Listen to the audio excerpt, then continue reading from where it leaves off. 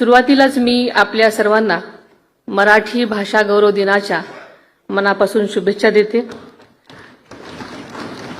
कविवर्य कुसुमाग्रजांच्या जयंतीनिमित्त आपण मराठी भाषा गौरव दिन साजरा करत असतो।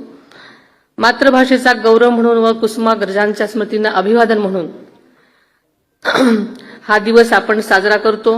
ही केवळ एक परंपरा नाही, तर मराठी भाषेच्या सामर्थ्याचा आणि तेजाचा उत्सव आहे। आपल्याला माहिती आहे की मराठी भाषा ही केवळ संवादाचं माध्यम नसून ती आपली संस्कृती, आपली ओळख आणि आपला अभिमान आहे।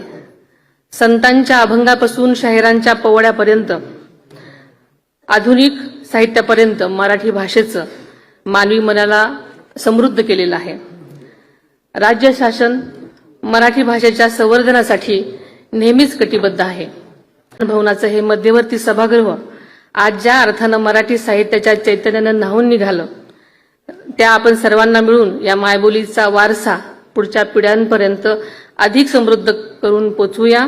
पुन्हा एकदा आपल्या सर्वांना मराठी भाषा गौरव दिनाच्या शुभेच्छा देते आणि थांबते। पद्धतीची आपली ही मराठी भाषा आणि मला असं वाटतं की या भाषेची श्रीमंती आजही अगदी तासभराच्या कार्यक्रमामध्ये आपल्याला पाहायला मिळाली।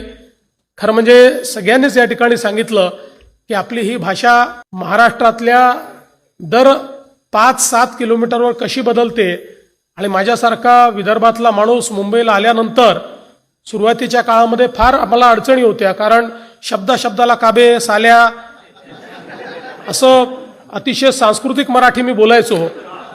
पण इथे आल्यानंतर माझ्या असं लक्षात आलं की ही संस्कृती मुंबईला काही पटण्यासारखी नाही आहे आणि पुण्यात तर मला त्या ठिकाणी बहिष्कृतच केलं जाईल। त्यामुळे मी आपलं हळूहळू थोडंसं स्वतःला म्हणजे चांगलं मराठी कसं बोलता येईल याच्याकडे मी नेलं। पण प्रत्येक भागातल्या मराठीचा आपला एक गोडवा आहे, तो गोडवा आपल्याला कायमच ठेवायचा आहे।